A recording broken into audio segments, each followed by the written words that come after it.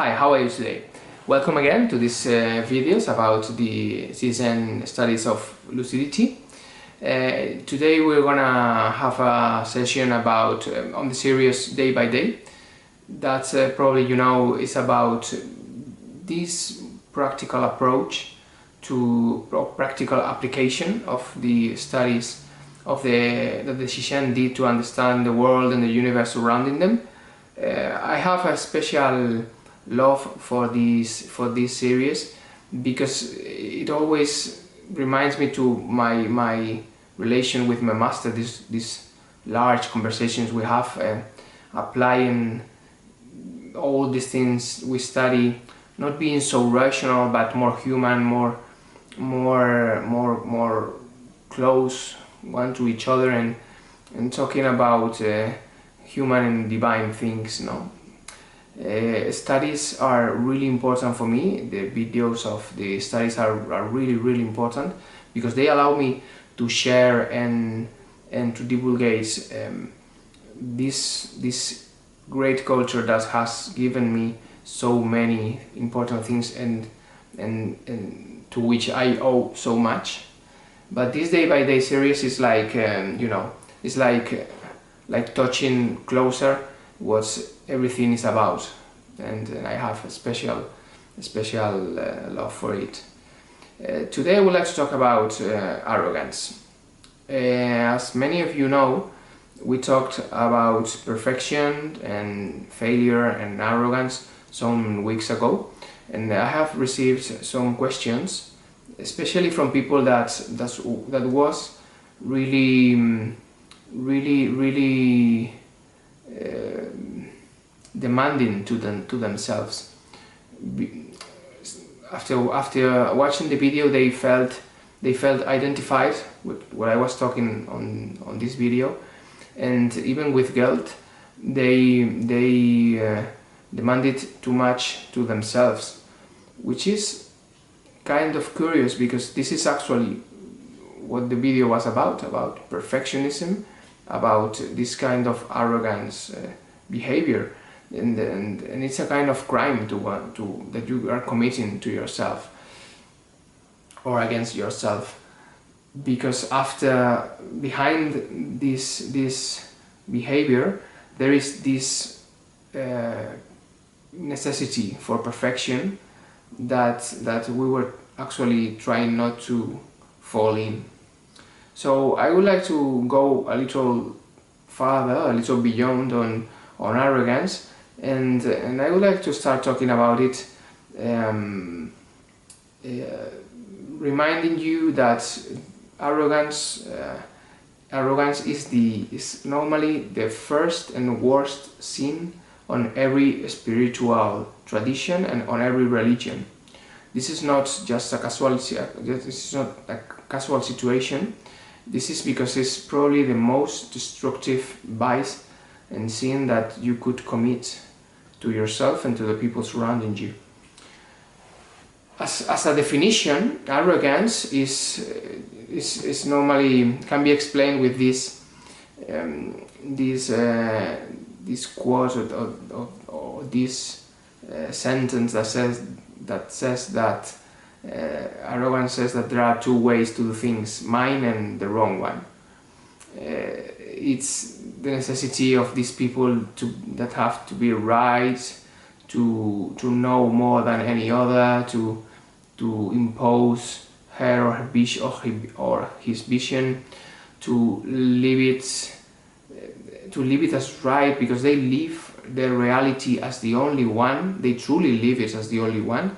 They are blind to the others, to other visions, to other opinions. They try to impose it, and they disdain other people's opinions. They just contempt they just have a contempt feeling when talking about other visions. This is the definition aspect. It's easy. It's the easy part, because almost everyone knows about it, and everyone can tell about arrogance in this way. But there are more subtle aspects of arrogance, which are the ones that I would like to talk today in this video. One of them is, as I was telling you before, perfection. We talked about this on the other video, but I would like to remind it. The arrogance behind perfection is this behavior that can't admit failure, that can't admit being human, that needs not to need to have support from a movie, from a song, from going out when you are upset, when you are not feeling good. They need to be perfect. They don't accept any help from any of any kind, from any person or any tool. They if they feel bad, if they feel sad, they must impose themselves the overcoming of the situation without any help, and this is like a really big stone that they are charging with. They are so demanding. They are demanding with themselves. They are demanding with other people. They arrive to violence in their demands in order to get satisfy their demands. They obviously speak loud and they arrive to verbal and physical violence. They give so much importance to every little thing. Everything is important. Everything is like black or white, and everything must be perfect. And people in the middle are just things. They have no feeling. They are just objects, and they must satisfy this perfection necessity. They normally impose themselves more difficult situations. They are the ones that on the gym try to lift more weight, not because of vanity, but because of the idea that me, I can't be the weak one in the gym. I can't stand that. I can't stand the idea of being inferior. It's not. I don't need to show off, but I need to be superior. This is the perfection, the idea of arrogance behind it. This was what we were talking about on the last video. I just wanted to go a little deeper, but I will go to other behaviors that probably you will be able to identify on arrogant people.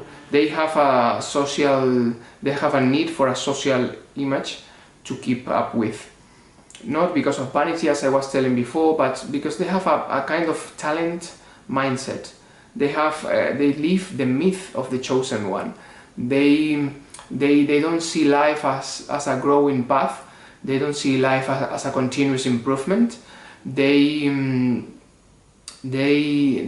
don't stand many times going to job interviews because or going to starting new relationships, friendships or love relationships, because they can't stand the idea of having to show their value. They don't need it because they are superior. They can't stand the idea of failing on the process. This is why on many relationships they fail because they don't approach, because they cannot stand failing, but also because they don't need it, because for the mere fact of being them, they should have the recognition and the admiration of the others. So it's like, come on, I don't need to show this to show the way I am to this little company. Maybe it's if it's Apple or if it's Microsoft, I will do it because they are on my level, you know. But if it's this little company, just 2 or 3 shops in a little town, I don't need to show anything because I'm above everything. And they are also they normally steal knowledge, they steal merits from others. They don't give the recognition to the source of the knowledge. They need the knowledge to be theirs, and many times they even tell their own lies to themselves, because they need to satisfy the idea that they have this power, this superior capacity from the cradle, and they steal knowledge, they steal abilities, they get knowledge from people, and they act as if it was them, right? It was theirs, sorry, and it's a quite common behavior. They need to know more than anyone. They are always in the competition to acquire knowledge, and to shut up people when they are in a conversation, and obviously not for growing, not for improvement, but just to keep up with this social image they must project all the time. And it sounds ridiculous, but it's the way it is. They have a special relationship with power. They feel many times insecure with power. They are excellent slaves when in a hierarchical situation, and they are excellent dictators. Normally when they are subordinated, they behave as slaves, and with their own subordinates they act like these dictators with always a spectacular show of authority and power, and maybe because of that there is another trait, another characteristic, that is that their relationships, their friendships are not lasting. Normally they don't last that much, because normally their relationships stop abruptly, and they stop. They are always in the white and black mindset, and it's quite common from them to not to talk to you anymore after offense, after a problem you have with them, and they normally deal with situations in this way. They don't understand any other way that apart from punishing you to the maximum level they can, because you know, they are and they must do it, and it's their normal thing, it's the right thing to do. It's to put you on your place and to keep you there, because they are above everything. And it's quite common that all the conflicts, it's quite common that, you know, it's this behavior that you have a conflict with them, and they stop being your friend at Facebook, because you know, maximum response to any offense.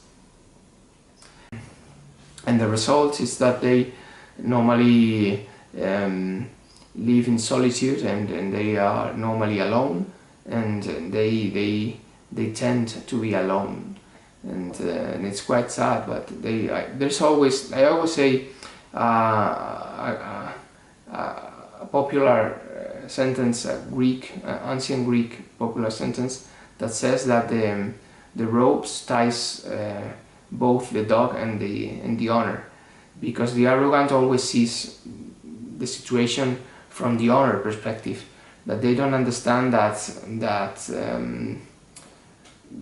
in order to keep your status of being the owner of the dog, and to enslave it, you are also tied to it for life.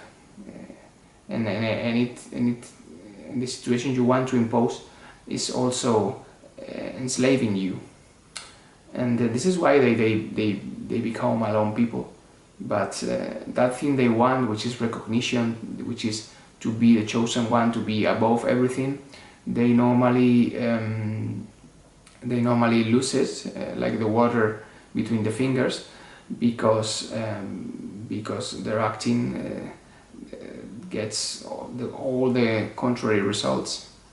And as I always say, every illness, every vice, every sin has a contradiction in it, in an inner contradiction that makes you lose what you most desire.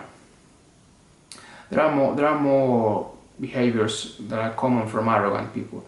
There is a special relationship with forgiveness. They can't forgive. They can't forgive themselves. They can't forgive other people.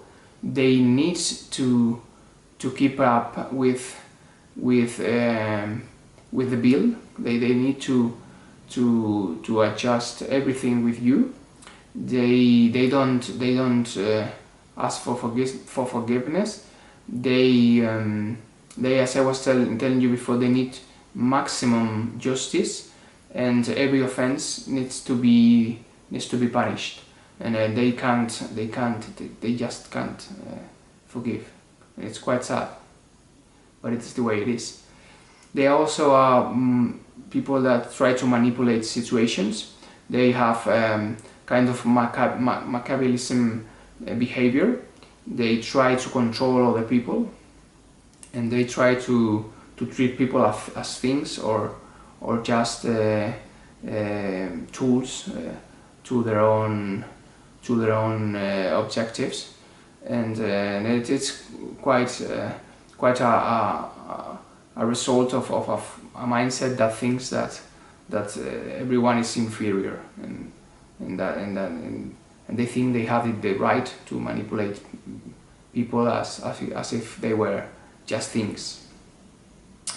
They can't actually have a spontaneous relationship with other people. They can't just go and know someone. They normally expand their relationships through their own actual current networks, because of two reasons. The first reason is that they can't stand failure. They can't stand the mere fact of going to say hello to a person and be ridiculous and not being successful, not being perfect in that interaction. And also because they understand relation as influence, as power, and they like to move through the nodes of their own network, and because this is the superior of the idea of relationships, of power, influence, and that stuff.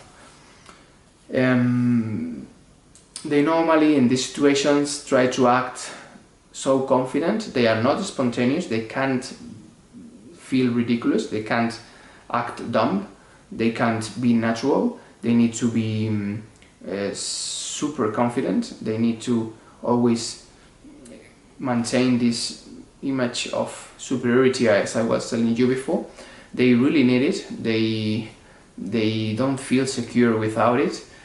Actually, they need it because they lack of security, and as my master says, what they are not in the inside, they need to be on the outside. So this is why they act so confident, because actually they are not confident in the inside. They also do a quite surprising thing. They normally avoid relations from their past, especially if they have things pending with them. They normally avoid them until they feel superior, until they have achieved what they think they need to feel superior. They maybe so many times, if they don't feel superior, they don't go to a high school meeting 20 of your friends from 20 years ago. If they are not successful, if they are not superior in any aspect they want to be, because they can't. They need to be. They need to meet when they are superior. So actually,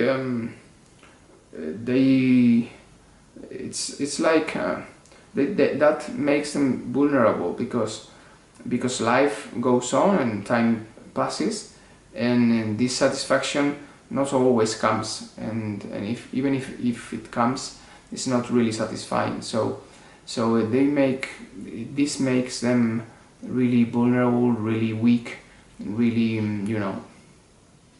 really the failure that they don't want to be. There is a last trait I would like to talk to you. Is the necessity of be autonomous, the necessity of not to owe anything to anyone, the necessity to be capable of dealing with everything alone. And this is also a quite sad situation, because as you can see, everything leads to loneliness and to solitude, but they really need it. They really need to feel that they can do everything and live this kind of divine myth of divine self-image. So it's quite interesting to reflect on. I would like to talk to you finally. As I always say, I always try to bring you some, or to invite you to practice a little on the things we do. Today I would like not to do the same. I would like just to remind you that, as I was telling you before, arrogance is the worst of the sins on every spirituality, on every religion, as far as I know. And this is not just a casualty. This is for a reason, and it's because it's the most destructive attitude, the beginning of everything. It's the original sin on everything that brings all the bad things to the world. So just remind yourself that we are all human. I am human, you are human, my master is human, the president of your country is human, and everyone you admire is that person that you admire the most is also human. So it's just really liberating not to try to be perfect all the time. It's just so much liberating to see life through the eyes of that little child that has nothing to lose. This little child that is facing challenge after challenge and growing, overcoming them, and enjoy life and enjoy your relations, and don't try to be above everything. Sometimes you will be the master on the situation, sometimes you will be the pupil, sometimes you will be the boss, sometimes you will be the worst job in the company. So just enjoy all of them and go for it, and forget about this arrogant stuff, because the price you are paying is so high. It's really high, and you will never get in this way the things and the recognition you need to get. And maybe even if you reflect on it, you will see that recognition is not that important, and that life is maybe about, as I was telling you before, fight against yourself and beat yourself, not other people. So have a nice week, and yeah, I have the pleasure to have you next week. It will be really fun again, and I wish you the best for this week. Thank you very much.